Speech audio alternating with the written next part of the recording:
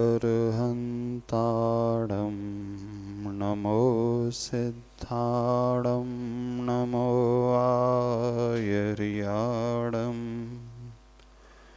नमो वज्झायाडं नमो लोये सवसाहूडं। पंच परमेष्टि भगवान की, संत श्रोमणि आचार्य भगवान गुरुदेव श्री विद्यासागर जी महाराज की, पूज्य आचार्य श्री समय सागर जी महाराज की।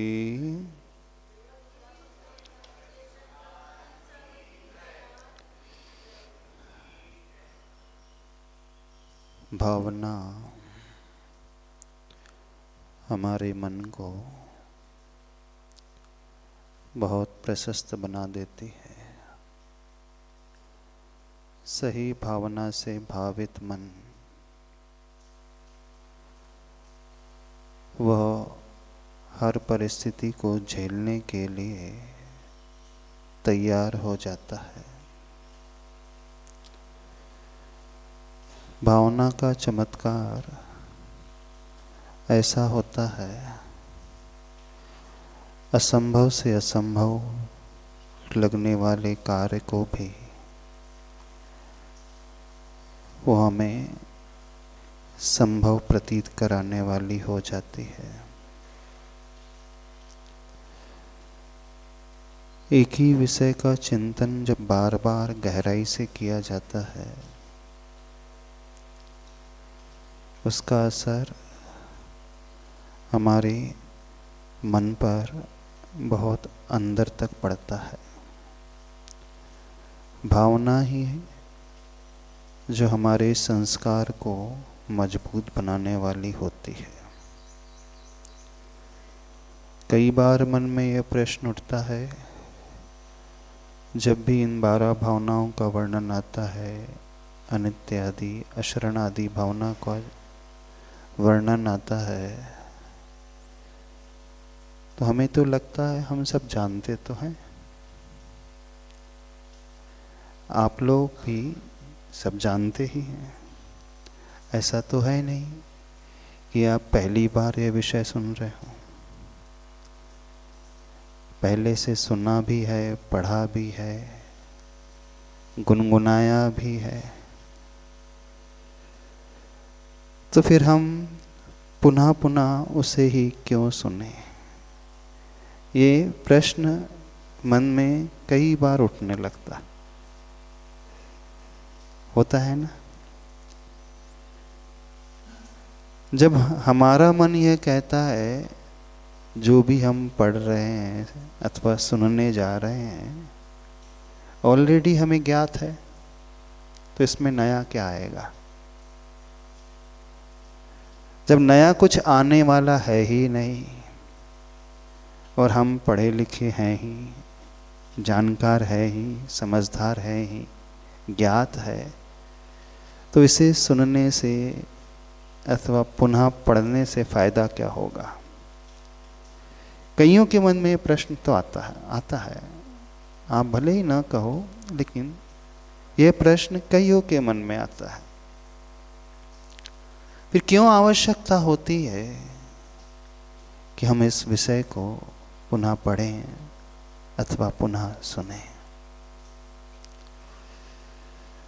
जो हम जानते हैं, समझते हैं, इतना होते हुए भी क्या घटित होता है कि हमारे संस्कार जो हैं धूमिल होने लगते हैं। एक बड़ा रोचक प्रसंग आता है। एक व्यक्ति ऐसे ही कबीरदास के पास पहुंच जाता है और कबीरदास के पास जाकर के यही प्रश्न रख देता है, घर में मेरे बुजुर्ग जो हैं, दादी हैं, दादा हैं, हमेशा मुझे बार बार प्रेरित करते रहते हैं कि तुम सत्संग करने जाया करो, गुरु की वाणी सुनने जाया करो। तुम शास्त्र को पढ़ा करो। जब जब मेरे बुजुर्ग मुझसे ये कहते हैं तो मेरा मन यही कहता है, मैं ऑलरेडी उस विषय को सुन चुका हूं। और दूसरी बात यह है कि जब मैं किसी गुरु के पास जाकर के कोई वाणी सुनता भी हूं, प्रवचन सुनता भी हूं, तो उस प्रवचन का प्रभाव जब तक सुनता हूं तभी तक रहता है, और उसके बाद उठ कर के घर आ जाता हूं तो मैं भूल जाता हूं। उसका प्रभाव मुझ पर ज़्यादा पड़ता ही नहीं। और यह जिज्ञासा कईयों की है ना। जब प्रवचन सुनते हैं तब तो अच्छा लगता है, जो गुरु बताते हैं कि हमें कैसे रहना चाहिए, क्या करना चाहिए, क्या नहीं करना चाहिए, कैसी अपनी विचारधारा बनाना चाहिए, जिंदगी में हमें कैसी सोच बनाना चाहिए, हमें टेंशन नहीं लेना चाहिए, ज़्यादा विकल्प नहीं करना चाहिए, परिस्थिति हमसे विपरीत चल रही हैं तो उसे सहजता से स्वीकार कर लेना चाहिए, कर्म का उदय मान करके एक्सेप्ट कर लेना चाहिए, क्योंकि कर्म का फल तो सभी को भुगतना ही पड़ता है। गुरु ये कहते हैं, शास्त्र ये कहते हैं। जब जब मैं सुनता हूं तब तक अच्छा लगता है। होता है ना आप लोगों के साथ भी, जब तक सभा में बैठे रहते हैं तब तक तो अच्छा लगता है, और जैसे ही प्रवचन सभा समाप्त होती है, आप अपने रूम में अपने घर जाते हैं, तो सारा का सारा ज्ञान कहाँ गायब हो जाता है, कहाँ चला जाता है बताइए? याद आता है? जब वो निमित्त जीवन में उपस्थित होते हैं, सिचुएशन क्रिएट होती है, वो बातें जो सुनी थी हमारी मेमोरी में भी है, लेकिन उस समय हम उसे रिकॉल नहीं कर पाते, उस समय वो याद ही नहीं आता, उस समय वो सारा उपदेश, सारी शिक्षा हम भूल ही जाते हैं, और उस निमित्त को पाकर के हम वैसे ही हो जाते हैं, उस बहाव में हम बहते चले जाते हैं, हमारा कंट्रोल हम पर रहता ही नहीं। ये बात बहुत देर के बाद याद आती है, अरे मुझे तो ऐसा नहीं सोचना था, मुझे तो ऐसे रिएक्ट नहीं करना चाहिए था, मुझे तो क्रोध नहीं करना था, मुझे गुस्सा नहीं करना चाहिए था, मुझे ज़्यादा विकल्प नहीं करना चाहिए था। जब हम पूरा विकल्प कर लेते हैं, जब सब कुछ घटित हो जाता है, उसके बाद ये विचार आता है हमने गलती कर दी। होता है ना? आप लोगों के साथ भी होता है? ऐसा क्यों होता है? जिस विषय को हम जानते हैं, समझते हैं, क्यों प्रवचन की बात सिर्फ प्रवचन तक ही सीमित रहती है, प्रवचन समाप्त होने के बाद गायब हो जाती है? कभी सोचा आपने? कितनों के मन में यह प्रश्न है? हाँ, कितनों के साथ यह समस्या है? सबके साथ समस्या। हाँ, जब जीवन में उतारने की बात आती है तो वह विषय जीवन में नहीं उतरता, जीवन से उतर जाता है। हाँ, हृदय में नहीं उतरता, वो हृदय से उतर जाता है ना, गायब हो जाता है। और एक विशेषता और देखना, जब दूसरों पर वो कुछ घटित होता है तो सारा उपदेश याद आ जाता है ना? किसी दूसरे व्यक्ति के साथ कुछ भी होता है, कुछ ऐसी परिस्थिति निर्मित होती है तो हम अपना ज्ञान बघारने पहुंच जाते हैं, राय देने पहुंच जाते हैं कि नहीं? आप उस समय इतने बड़े प्रवचनकार बन जाते हैं, इतने बड़े प्रवचनकार, आपकी उस वाणी को सुनकर के कोई भी व्यक्ति आश्चर्य से भर जाएगा कि गजब की कला है आपकी भी, और आपका ज्ञान भी बड़ा गजब का है, आपका क्षयोपशम तो कहना ही क्या, नहीं सब कुछ आपको याद है, इतने अच्छे से आप उस प्रवचन को याद कर पा रहे हो, याद ही नहीं कर पा रहे, हमें समझा भी पा रहे हो। कितने लोग समझा सकते हैं दूसरों को? नहीं, दूसरों को कितने लोग समझा सकते हैं? सभी समझा देते।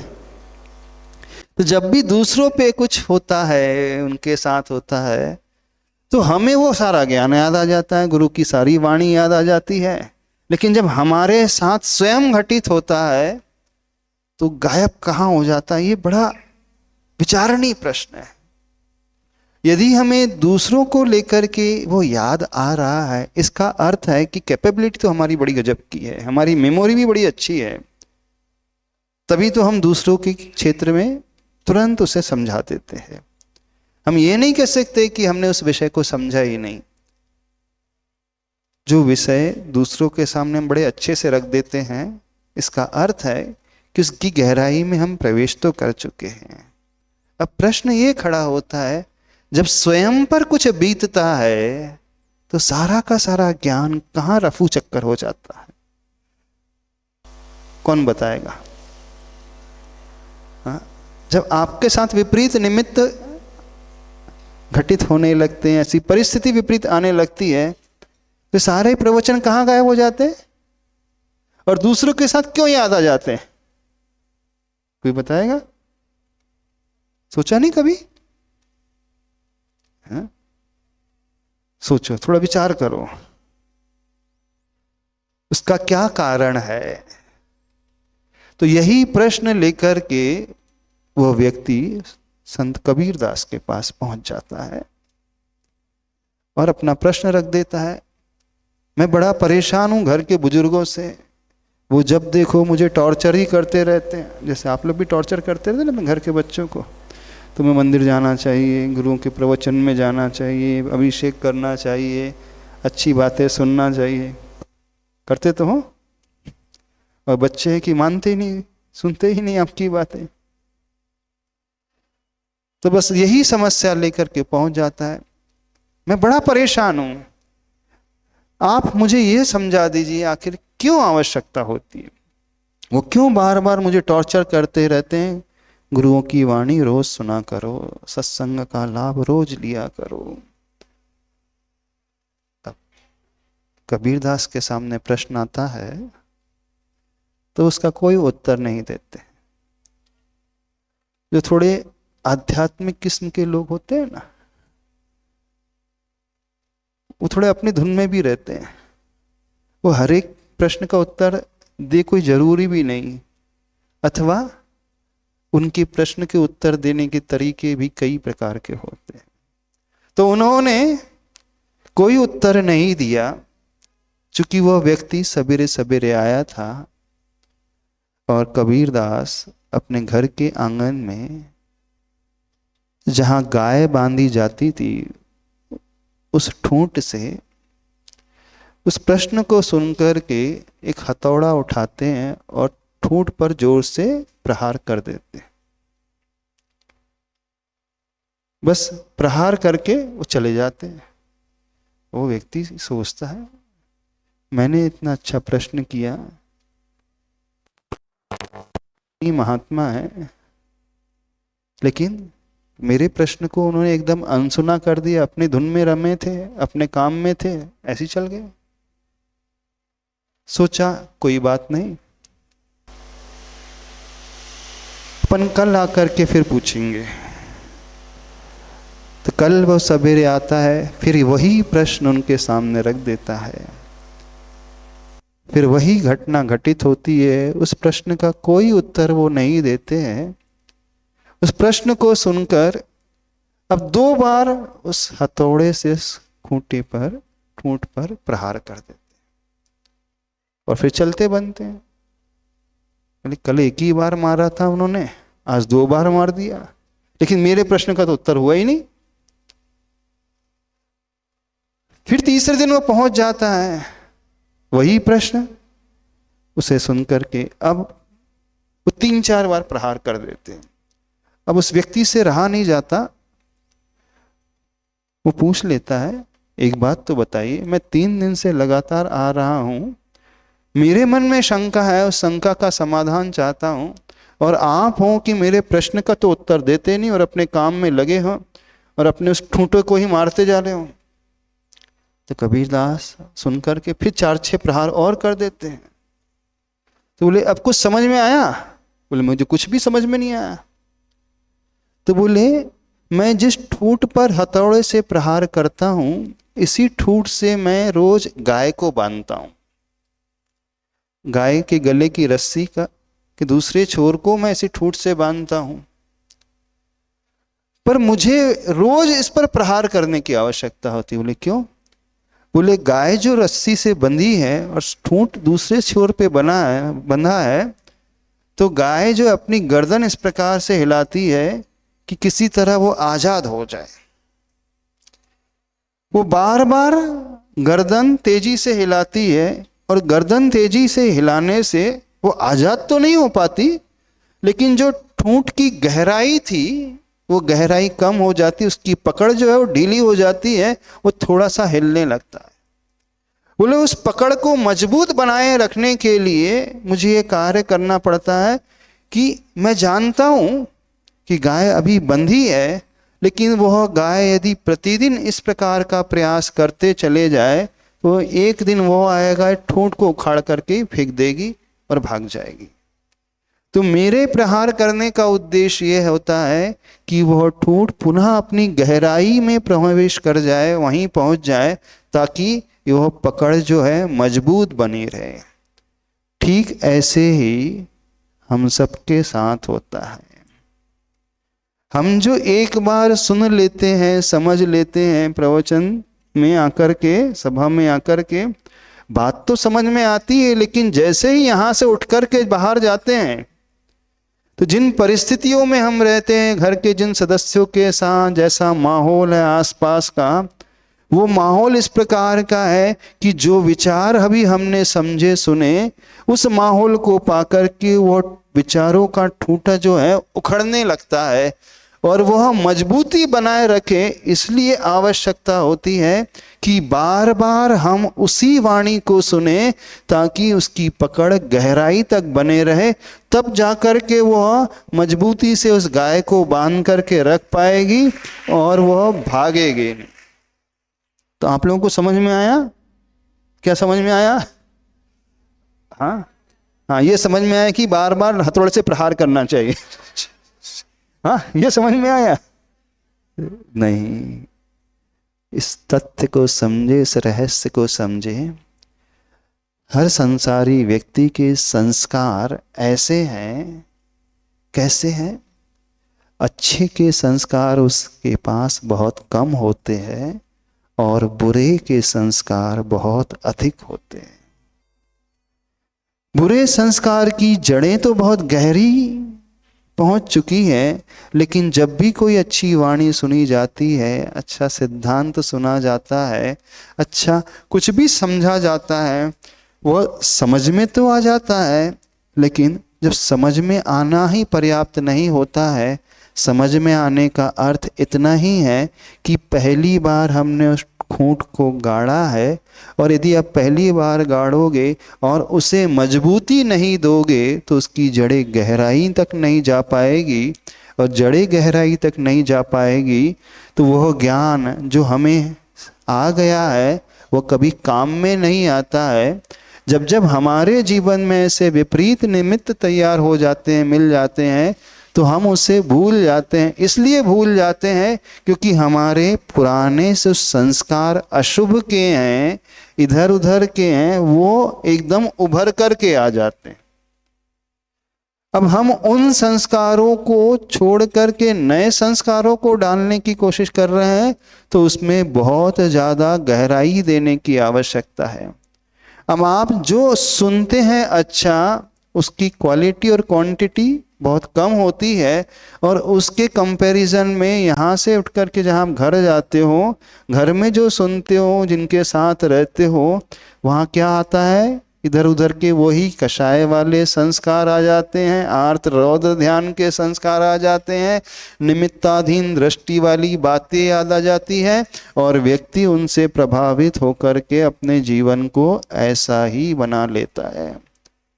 तो भावना का अर्थ यह है कि हमें अपने उन अच्छे संस्कारों के ऊपर हमेशा प्रहार करते चले जाना चाहिए।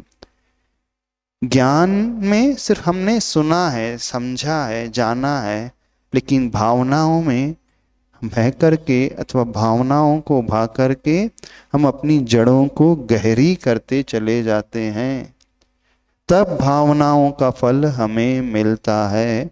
अन्यथा हमारे वो सारा का सारा ज्ञान जो है वो धरा का धरा रह जाता है, उसका कोई उपयोग नहीं होता है। विशेषकर जब उसकी आवश्यकता होती है उस समय हम भूल जाते हैं।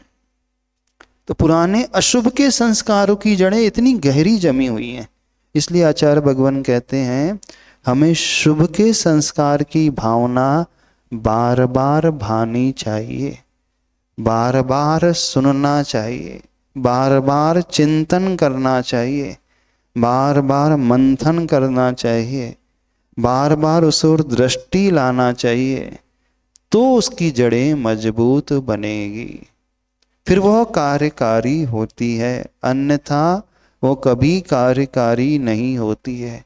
इसलिए सबसे अधिक महत्व भावनाओं का है। तो अपना प्रसंग चल रहा था 12 भावना में अशरण भावना का। आपको तो सब पता ही है, अब सब पता है ना, संसार में कोई शरणभूत नहीं है, सब जानते हो ना। कौन है शरणभूत? विषय को और आगे बढ़ाते हैं। जब हमें यह समझ में आ गया जिसे मैंने अपना माना वो एक दिन धोखा दे देता है ना, यही होता है ना। जिस पर मैंने आज तक विश्वास किया वही विश्वासघात कर लेता है, जिसकी शरण मैंने स्वीकारा वो खुद छोड़ करके चला जाता है, अथवा वह इस लायक ही नहीं रह पाता है कि वह मुझे संभाल सके, क्योंकि वह स्वयं को ही नहीं संभाल पा रहा है, स्वयं के लिए शरणभूत नहीं हो पा रहा है, तो वो दूसरों को क्या शरण देगा। ये तो समझ में आ गया ना, ये वास्तविकता। जिसको हमने अपना माना, जिसके लिए ये भावना की कि नहीं यह तो मुझे बचा लेगा, यह तो मुझे संभाल लेगा, यह मुझे ऊपर उठा लेगा, यह मेरे साथ हमेशा खड़ा रहेगा, लेकिन जीवन में ऐसी परिस्थिति आ जाती है कि वह व्यक्ति भी हाथ खड़े कर देता है। और ऐसा नहीं है कि वो चला करके हाथ खड़े कर देता है, वो इसलिए कर देता है कि उसके बस की बात है ही नहीं। एक डॉक्टर भी अपने बच्चे को नहीं बचा पाता है। जो सारी दुनिया को बचा लेता है वो अपने बच्चे को मरते हुए भी देखता है। एक माँ जो अपने पुत्र से बहुत प्रेम करती है, अथवा एक पत्नी जो अपने पति को बहुत चाहती है और पति को ऐसी लाइलाज बीमारी हो जाती है, तो उसके लिए वो चंद सांसें दे सकती उसके बदले? दे सकती? नहीं दे सकती। क्यों नहीं दे सकती? वो अपनी सांसें थोड़ी सी दे दे उसे उधार, थोड़ी सी सांसें दे दे, नहीं दे सकती। जिसे सबसे अधिक चाहती है उसके लिए भी वो कुछ नहीं कर पाती है। एक स्टेज वो आती है, उसे समझ में आ जाता है अब इससे अधिक हम सामने वाले के लिए कुछ नहीं कर सकते। कोई बीमार होता है तो हम उसे डॉक्टर के पास ले जा सकते हैं, उसकी सेवा कर सकते हैं, दवा ला करके दे सकते हैं, भोजन बना करके दे सकते हैं, सारी की सारी व्यवस्था करके दे सकते हैं, लेकिन स्वस्थ वो अपनी ही बल पर होगा। उसका उपादान होगा, उसकी आंतरिक क्षमता होगी तो ही वह स्वस्थ हो पाएगा। यदि इसकी आंतरिक क्षमता नहीं है तो हम कुछ भी नहीं कर पाएंगे, नहीं कर पाते। वहां आकर के व्यक्ति हार जाता है, बोला अब मेरे बस की बात नहीं। वो चाह करके भी नहीं कर सकता। कर सकते हैं? अब आपका बेटा छोटा बच्चा बीमार पड़ जाए मान लीजिए, तो आप क्या कर सकते हो उसके लिए? सिर में दर्द है, सिर दबा सकते हो, ठंडे पानी की पट्टी रख सकते हो, दवा खिला सकते हो, पैर दबा सकते हो, सब कुछ कर सकते हैं, लेकिन उसके थोड़े से दर्द को भी ले सकते हो। हाँ? जो आपके ही कलेजे का टुकड़ा है, आपसे ही पैदा हुआ है, आपका ही खून उसमें बह रहा है, सब कुछ आपका ही है। सारी व्यवस्था आप कर रहे हो, सारी सुविधा उसे दे रहे हैं, डॉक्टर्स की सुविधा, आप अच्छे हॉस्पिटल में उसे ले गए, सब कुछ किया, लेकिन थोड़ी सी भी वेदना को आप उसकी नहीं ले पाते, कम नहीं कर पाते। वो वेदना स्वयं ही कम करेगा, वो डॉक्टर भी नहीं कर सकता। जब तक उसका उपादान ना हो, यानी उसकी स्वयं की कैपेसिटी नहीं, उपादान मीन्स अपनी कैपेसिटी। एक स्टेज के बाद हमें समझ में आता है अंततो गत्वा हर एक की अपनी क्षमता होती, कैपेसिटी होती है, उसी के अनुरूप वह कार्य कर सकता है। पिता अपने बच्चे को कोचिंग प्रोवाइड करा सकता है, बुक्स ला करके दे सकता है, पढ़ा सकता है बैठ करके घर में, लेकिन ज्ञान तो नहीं भर सकता। जैसे इसकी मेमोरी होगी, जैसी इसकी लर्निंग स्किल्स होगी, बस वैसा ही वो सीख पाएगा, उससे अधिक नहीं। आप सारी सराउंडिंग अच्छी करके दे सकते हो, लेकिन ज्ञान तो उसका अपना ही है, उसमें आप चेंजेस नहीं कर सकते। आप उसके लिए सहयोगी ही बन सकते हैं, हम दूसरों के लिए एक सहयोगी से अधिक कुछ नहीं बन सकते हैं। तो एक स्टेज के बाद हम उसे वैसे ही छोड़ देते हैं, चाह करके भी कोई कुछ नहीं कर पाएगा, कोई भी नहीं कर सकता। सिकंदर जब जा रहा था, उसकी एक ही भावना थी, वैद्य ने कह दिया ज्यादा समय नहीं, एक ही भावना थी, बस आधा घंटा मिल जाए मैं अपनी मां से मिल लूं। विश्व विजयी सिकंदर हार गया। तब उसे समझ में आया कोई शरण नहीं। समझ में आता है, जब हम ये जानते हैं फिर भी क्यों इतने मोहित हो जाते हैं? इतना मोह क्यों जाग जाता है कि नहीं वो तो हमें संभाल लेगा। उस मोह को ही हमें तोड़ना है, उस वास्तविकता को ही हमें समझना है। यानी वास्तविकता ये हम समझ ले कि कोई ऐसा जीव नहीं है, कोई ऐसी परिस्थिति नहीं है, कोई ऐसा स्थान नहीं है जो हमारे लिए शरणभूत है। लेकिन कुछ तो ऐसा है, कुछ लोग भी ऐसे हैं, कुछ जीव भी ऐसे हैं जो हमारे लिए शरणभूत होते हैं। फिर यहाँ पर आ जाता है चत्तारि शरणम पवज्जामि। जब हम यह समझ लेते कि संसार में कोई शरणभूत नहीं, यानी सारे अशरण स्वरूप ही हैं, इससे ठीक विपरीत अब हमें एक नई दृष्टि मिल जाती है। इनके पीछे मैंने बहुत दौड़ लगाई, इन सब के पीछे भागते हुए पूरा जीवन व्यतीत कर दिया, इनके लिए करते करते पूरी आयु ही समाप्त होने को आ गई। अब मुझे उस वास्तविक शरण को खोज लेना चाहिए। यह दृष्टि हमें पैदा करना है। तो जिसके भीतर ये दृष्टि पैदा हो जाती है वो वास्तविक शरण को पा जाता है, समझ लेता है, तो ऑटोमेटिकली फिर उन अरिहंत भगवान की शरण को स्वीकारता है, सिद्ध प्रभु की शरण को, गुरु की शरण को, धर्म की शरण को स्वीकारता है। हम यह समझ करके फिर इनकी शरण में आएंगे तो फिर कभी भटकेंगे नहीं, कभी हमारा मन डामाडोल नहीं होगा। अधिकांश दुनिया इनकी शरण तो लेती है, आप में से हर व्यक्ति प्रभु की शरण लेता है, ऐसा कोई भी नहीं है कि जो प्रभु के पास ना आता हो।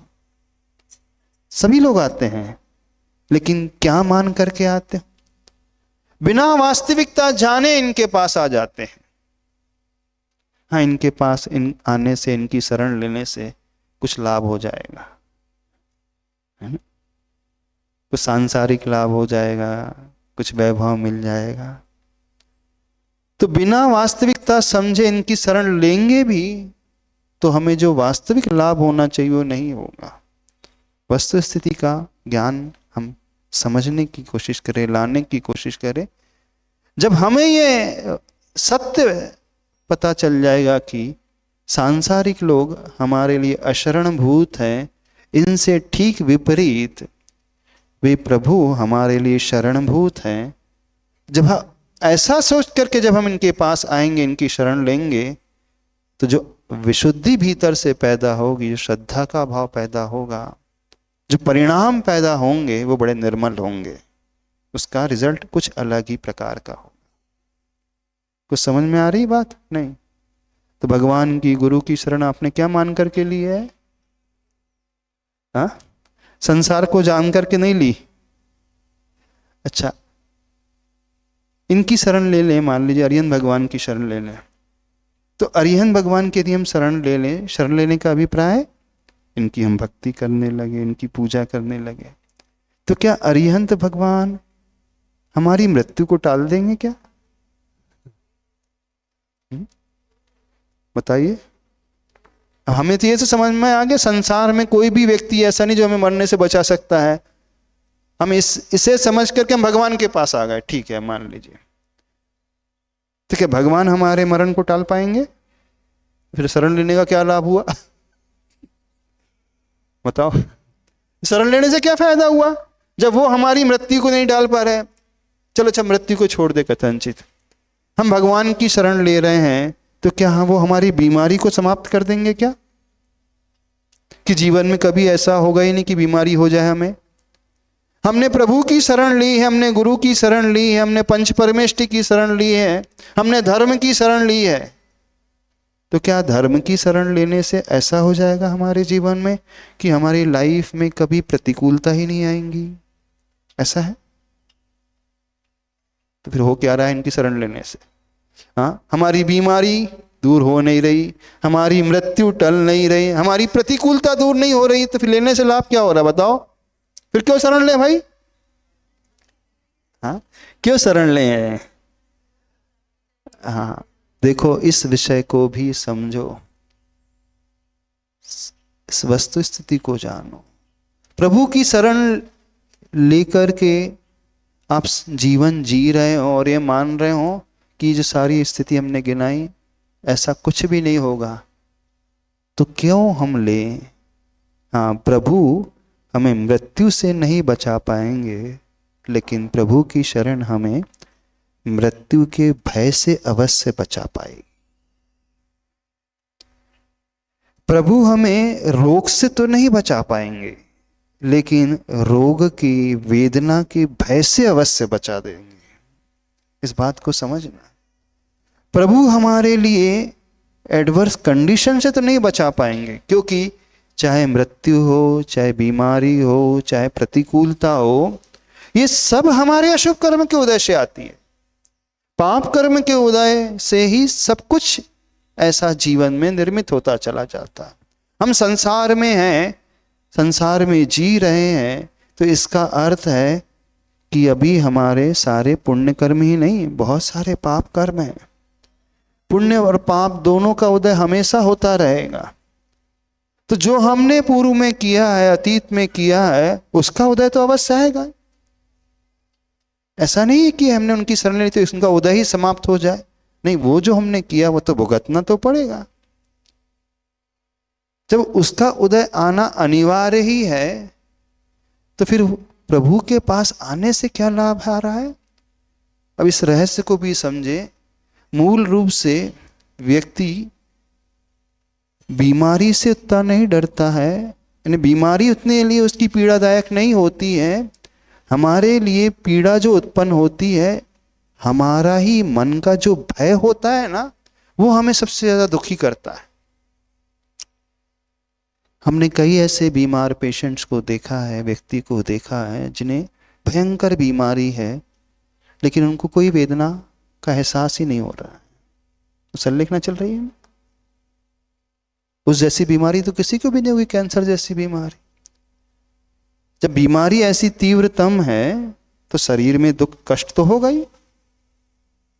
तो देखो, हमें दुखी बनाने वाली प्रतिकूल परिस्थिति नहीं होती है, हमें विकल्प में डालने वाली बीमारी नहीं होती है, हमारे डराने वाली मृत्यु नहीं होती है, ये हमारी मन की सोच है जो हमें दुख पैदा कराने वाली होती है। यदि हमने मन में धारणा बना लें कि बीमारी कुछ नहीं कर पाएगी, तो वही बीमारी आने पर हम दुखी नहीं रहेंगे, समता से सहन भी कर लेंगे। प्रतिकूलता हमारे जीवन में आएगी, हमारी धारणा मजबूत है तो प्रतिकूलता हमें डिगा नहीं पाएगी, गिरा नहीं पाएगी। कुल मिलाकर के हमारा जीवन जो दुखी बनता है, अशुभ कर्म के उदय से नहीं बनता है। कैसे बनता है? हमारा जीवन दुखी बनता है, हमारी गलत उस सोच से बनता है। हमने कई गरीबों को देखा है जो बड़े प्रसन्न रहते हैं, जिनके पास किराए का घर है, उन्हें ज्यादा टेंशन नहीं होता है। कई वृद्धों को देखा है जिनके पास ज्यादा सुविधाएं नहीं है, शरीर में बीमारी है, फिर भी वो आनंद से भरे रहते हैं। और कई अमीरों को देखा है जिनके पास सब कुछ है लेकिन वो बड़े टेंशन में रहते हैं। कई युवा को देखा है जिनका शरीर पूरा फिट है, फिर भी वो दुखी रहते हैं, ये सोच करके कहीं कोई बीमारी ना आ जाए। समझना। कई ऐसे व्यक्ति को भी देखा है जिनकी आयु बड़ी लंबी है, फिर भी उन्हें टेंशन होता है कहीं कुछ हो ना जाए।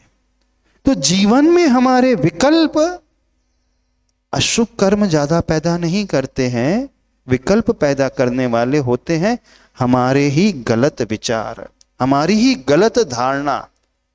तो होता क्या है, जब हम पंच परमेष्टि की शरण लेते हैं, गुरु की शरण लेते हैं, अरियंत भगवान की शरण लेते हैं, प्रभु की शरण लेते हैं, तो वे प्रभु वे गुरु हमारे जीवन के उन अशुभ कर्म को टाल नहीं पाएंगे। हाँ, लेकिन उनकी शरण लेने से हम मानसिक रूप से इतने मजबूत बन जाएंगे, हम वैचारिक शक्ति से इतने मजबूत बन जाएंगे, हम आंतरिक रूप से इतने सशक्त बन जाएंगे कि हर प्रतिकूलता को हम बड़े साम्य भाव से और धैर्य से सहन कर पाएंगे।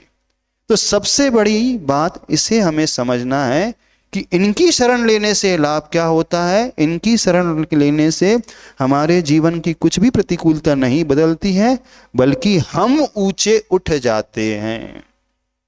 और जो व्यक्ति अंदर से ऊंचा उठ जाता है, मजबूत हो जाता है, तो बाहर वो प्रतिकूलता उसे बौनी प्रतीत होने लगती है, छोटी सी प्रतीत होने लगती है।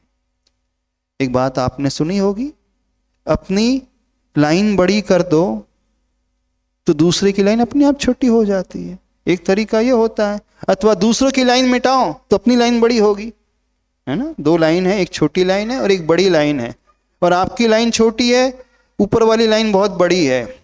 अब आपको अपनी लाइन बड़ी करना तो क्या करना चाहिए? या तो उसकी मिटा दो,